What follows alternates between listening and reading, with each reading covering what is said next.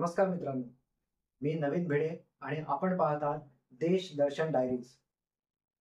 एकेकाळी जगातील सर्वात मोठा शस्त्र आयातदार देश भारत आज स्वतःची शस्त्र निर्मिती तर करतोच आहे, त्या व्यतिरिक्त तो एक्सपोर्ट देखील भरपूर करत आहे।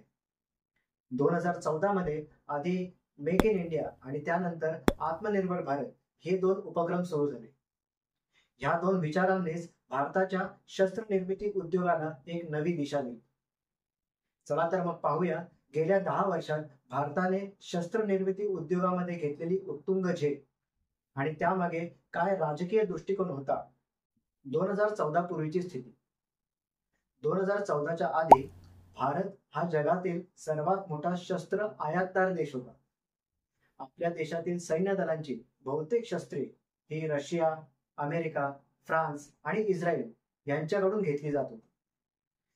त्यामुळे देशाच्या सुरक्षेवर आणि पर्यायाने देशाच्या अर्थव्यवस्थेवर देखील त्याचा मोठा प्रभाव होता। मेक इन इंडिया मोहिमेची सुरुवात 2014 मध्ये पंतप्रधान नरेंद्र मोदी यांनी मेक इन इंडिया मोहीम सुरू केली।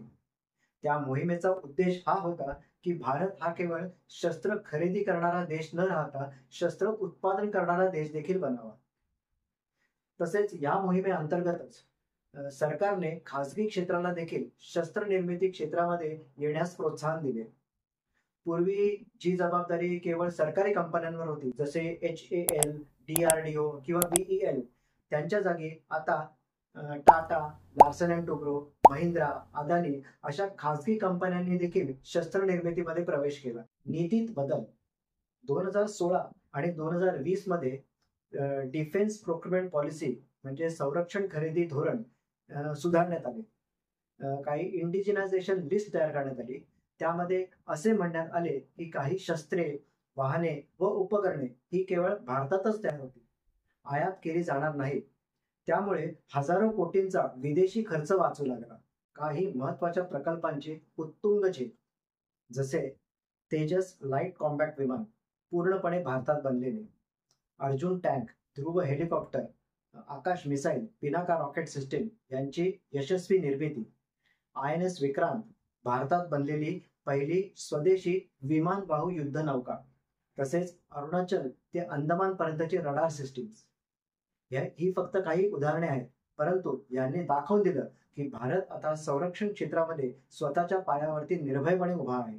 एक्सपोर्टचा विक्रम 2014च्या सुरुवातीला भारताचा डिफेन्स एक्सपोर्ट हा 680 कोटींच्या आसपास होता, परंतु आज 2025 मध्ये हाच आकडा जवळजवळ 23,000 कोटींपर्यंत पोहोचला आहे। भारत आजच्या घडीला 85 पेक्षा अधिक देशांना शस्त्रे व उपकरणे पुरवत आहे। त्यामध्ये आफ्रिका, दक्षिण पूर्व एशिया व मध्य पूर्वेतील काही देशही आहेत। राजकीय नेतृत्वाची भूमिका। ह्या परिवर्तनामागे राजकीय नेतृत्वाची काय भूमिका होती हे जाणून घेणं फार महत्त्वाचं आहे। पंतप्रधान नरेंद्र मोदी यांनी स्वदेशी तंत्रज्ञानावर विश्वास ठेवा हा संदेश दिला। त्याचप्रमाणे संरक्षण मंत्री राजनाथ सिंग यांनी अनेक प्रकल्प मंजूर केले। त्यांनी DRDO, सेना व खासगी क्षेत्र यांच्यामधील सहकार्य मजबूत केलं। आज तमिळनाडू व उत्तर प्रदेश यासारख्या राज्यांमध्ये डिफेन्स कॉरिडॉर उभे राहत आहेत। त्यामुळे तिथे हजारो तरुण अभियंते व उद्योजक या क्षेत्रामध्ये करिअर करत आहेत। भविष्य आणि निष्कर्ष।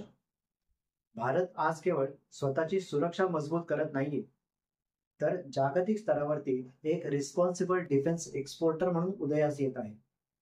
भारताचा उद्देश हा युद्ध करणे नाही, तर शांती टिकवून ठेवण्यासाठी आवश्यक असलेली ताकद निर्माण करणे आहे। 2025 नंतरचे दशक हे डिफेन्स इनोव्हेशनचे दशक असेल आणि भारत आज AI, ड्रोन, सायबर वॉरफेअर आणि स्पेस डिफेन्स या क्षेत्रामध्ये वेगाने पुढे जात आहे। भारत जो कधी फक्त शस्त्र खरेदी करत होता, तो आज शस्त्र निर्मितीचा व शांतीचा दूत बनला आहे। तर ही आहे आत्मनिर्भर भारताची शौर्य गाथा।